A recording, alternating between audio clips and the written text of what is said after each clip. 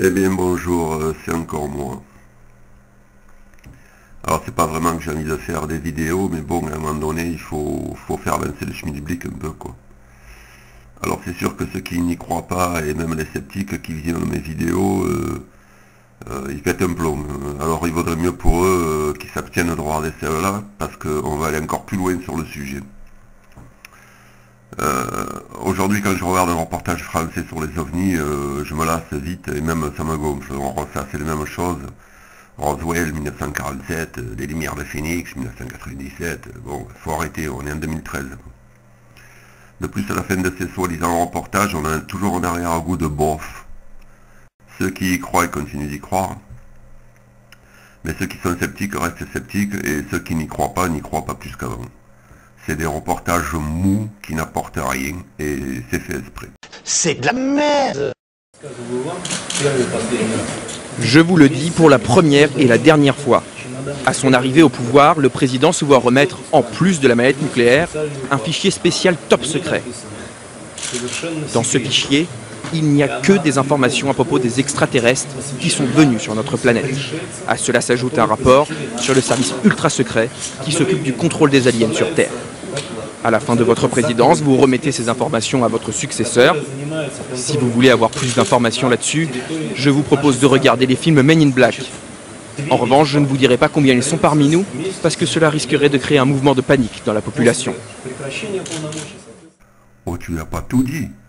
Non, juste un peu, j'en ai gardé encore un peu sous le pied. Revenons à nos moutons. Voici l'exemple d'un reportage français dont je vous parlais. Un reportage plutôt récent, OVNI, Vérité et Illusion, sur France 2 avec les frères Karamazov. Au début de la présentation, qui dure 3 minutes 30, on voit des images chocs. Tu te dis, enfin, ils vont vraiment parler de choses intéressantes et tout. Alors on attaque par le CNES et le GEPAN. Ils nous expliquent comment ils travaillent, quels problèmes ils ont eu quand ils ont mis en ligne tous leurs dossiers, etc., etc. Ça dure 3 minutes 30. On passe sur Jack Green, ex-pilote de chasse et ex-chef de patrouille de France, et un pilote d'hélicoptère qui s'est fait doubler par un paquebot énorme, sans bruit ni perturbation atmosphérique. Évidemment, on a droit à du blablabla entre chaque sujet, évidemment. Après, on passe à Yvan Blanc, du GEPAN, qui remplace Jean-Jacques Velasco, qui nous explique un cas avec un obus de la dernière guerre qui serait tombé, machin, patin, un cas au sujet d'une lanterne thaïlandaise. Ça dure 6 minutes. Intéressant, on avance.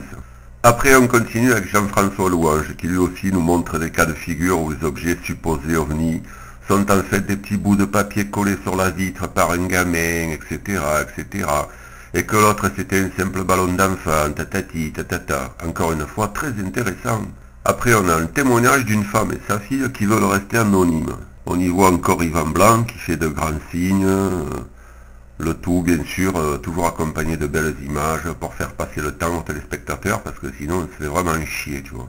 Après, retour avec Louange, avec une photo du Costa Rica qui reste inexpliquée après analyse. Et de petites vidéos où on voit passer quelque chose sur fond de lune, non expliqué aussi.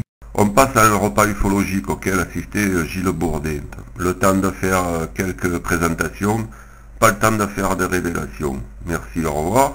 Ensuite, on nous montre la doyenne ufologique en France. Très intéressant. Et un ex-croyant du sceptique. Ça dure 4 minutes. Après, on a droit à une explication d'un physicien pour les voyages interplanétaires avec des moteurs soit élastiques, soit pédales, et patati et patata. Après, on a une explication d'une fiction d'un visiteur qui se baladerait dans l'espace. Rib nous explique le choc des cultures. Ça dure 4 minutes et demie. Après, un astronaute, c'est une explication pourquoi les ovnis nous fuient. Il fait tout plein de rapports comme nous et les fourmis. Il parle aussi du choc des cultures. Ça dure 3 minutes 30 aussi. Après, on a des questions philosophiques sur les extraterrestres, bon, mauvais, patin. Ça dure 2 minutes. Après, il y a Voyager 1 avec plaque gravée avec un bonhomme zézétalaire et une femme à poil aussi. Intéressant. On avance, on avance, on avance. Et d'un coup, c'est la fin, générique. Paf. Voilà un exemple type du soi-disant reportage sur les ovnis en France. OVNI, réalité et illusion. 5 minutes 30 de réalité, 43 minutes d'illusion. Comment peut-on crédibiliser le sujet avec des pseudo-reportages comme celui-là? Moi je dis que quand un journaliste il n'en sait pas plus que ça, il devrait fermer sa gueule. Alors si vous voulez avoir des nouvelles fraîches sur le phénomène OVNI, il faut aller voir les nombreuses vidéos de Camelot. C'est le couple Bill Ryan et Kerry Cassidy qui font un travail remarquable depuis des années en enregistrant les témoignages de ces gens hautement qualifiés et ils diffusent leurs vidéos sur YouTube dont certaines sont sous-titrées en français et les révélations de ces personnes sont à tomber par terre. Base russo-américano-alien sur la Lune, Mars et certainement d'autres planètes. Lune est le même compartimentée, la NASA avait le même dit un jour que la Lune était creuse et quand un module s'était craché au lieu d'allunir et que la Lune s'est mise à résonner pendant des heures. Et la possibilité d'y accéder par un jump room, comme un ascenseur, quoi, les portes se ferment et quand elles se rouvrent, vous voilà sur la Lune ou sur Mars. Travail technique avec les aliens, correspondance télépathique avec certains, accords passés avec eux, etc., etc. Que des trucs de ouf. À regarder absolument, même si lire la transcription en français est un peu pénible, je le reconnais. Alors une autre série de vidéos choc, les anciens astronautes. Théorie qui consiste à dire que les dieux sont en fait des extraterrestres aux technologies très avancées. En 1968, le livre d'Eric von Daniken, Chariot of the Gods, devient un best-seller et ouvre la voie à des gens comme Giorgio Tsoukalos, David Childress et bien d'autres qui font référence aux découvertes faites par des chercheurs et par eux-mêmes, comme Hancock et Boval pour les pyramides de Gizeh par exemple, soutenus par les textes anciens, des artefacts inexplicables, le tout appuyé par des géologues, des anthropologues, des ingénieurs de la NASA, des architectes, etc., etc. Ils déclament des faits incroyables, non diffusés par les scientifiques dits conventionnels. Par exemple, des pierres vitrifiées trouvées sur certains de ces sites, ce qui suppose l'emploi de bombes nucléaires. Certaines de ces vidéos sont traduites en français, c'est un peu plus cool que sous-titré. Alors dans le même registre, un document français très récent, fin 2012, d'une heure et demie, ce documentaire a fait le buzz depuis son apparition sur le web et pas que chez les spectateurs, mais aussi chez les égyptologues. Mortel, mortel, à voir absolument.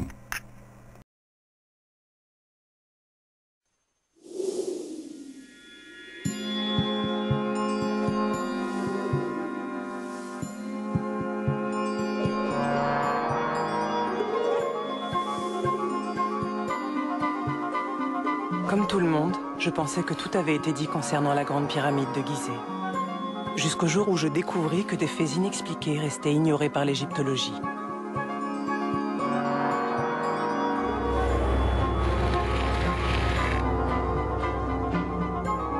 Alors j'ai enquêté.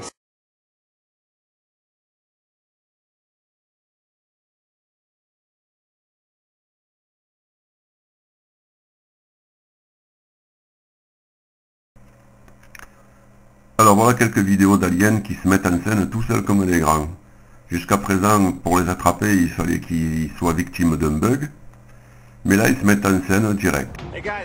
Bon, là, on voit David Copperfield qui fait exactement le même plan qu'il avait fait sur scène. Et là, on peut pas dire qu'il y ait des effets spéciaux, des vitres, tout ça. Regardez les ombres, on voit bien que le soleil passe à travers, donc il est réellement coupé en deux, quoi, le gars. Il y a l'ombre des jambes et on voit l'ombre du trône.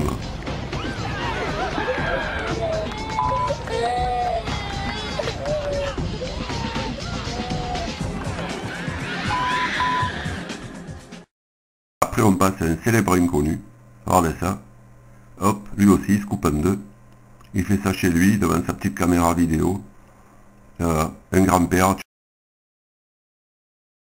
tu le vois dans la rue, même pas tu donnes 1 euro, on dirait n'importe qui. Là c'est pareil, voilà il fait le tour pour vous faire voir qu'il n'y a rien, il n'y a personne, il est en plein au milieu d'un parking. Voilà. Et soi-disant, il se soulève tout seul.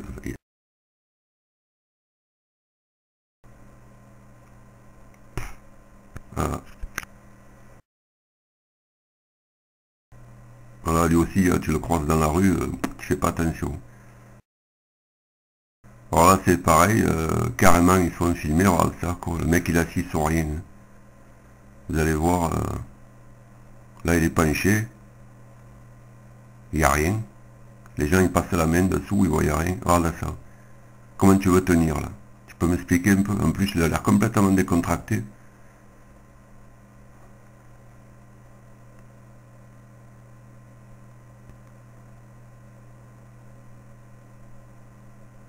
Voilà ça. possible de se planter comme ça sur un panneau. Ils se mettent en scène. Hein.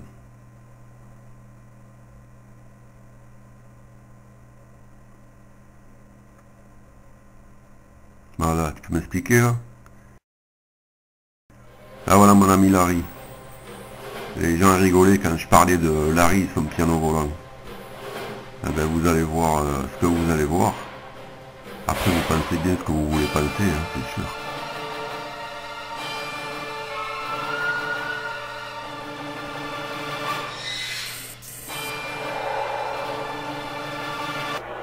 Et hop, un petit pas pour l'homme, un bond de géant pour l'humanité.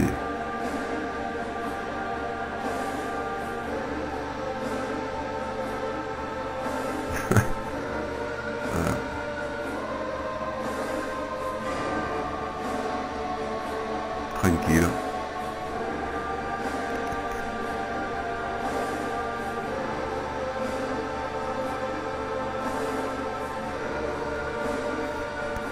Alors on descend.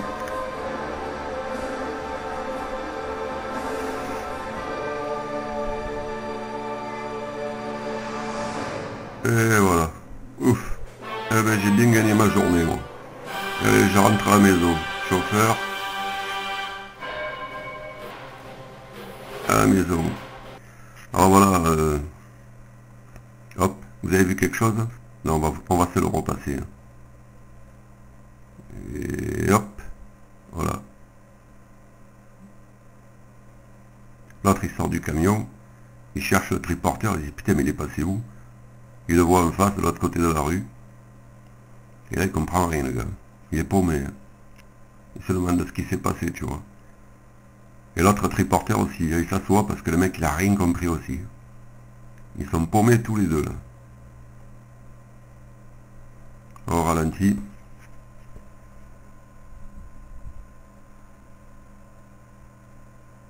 Et hop, je te dématérialise et je te rematérialise de l'autre côté.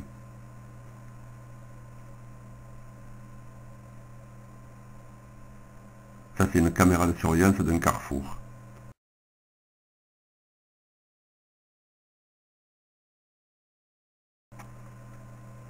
Alors la même personne, il me semble que c'est la même personne. Hop, là. Il court, l'autre il y court après, et moi j'y cours pas après, je te le dis. Il y court après,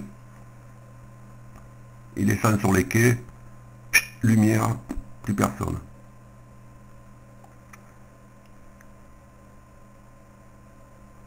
On va le revoir. Hop là. Et hop, la lumière s'en va. Ici c'est un reportage sur des flics russes. Donc il y a 5 flics et reporters. Et là ils sont en train de choper ces deux-là. On dirait le fils avec son père. Ils sont sur eux. 2375, слышу вас. На мониторах есть видимость. Принят. 2375, паркуем, нет? Dans le central, certainement, on leur a demandé de les interpeller. Ils leur courent derrière. Ils doivent se séparer, j'imagine, parce qu'il y en a deux qui partent d'un côté et deux qui montent dans le magasin. Là. Et la caméra qui suit.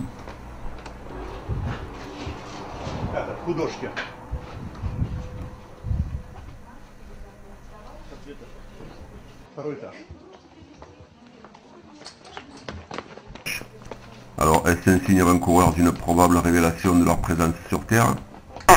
Je ne sais rien. On regarde à droite, à gauche. Et finalement, ils trouvent, regardez bien, Sharp. Et la caméra qui fait bête.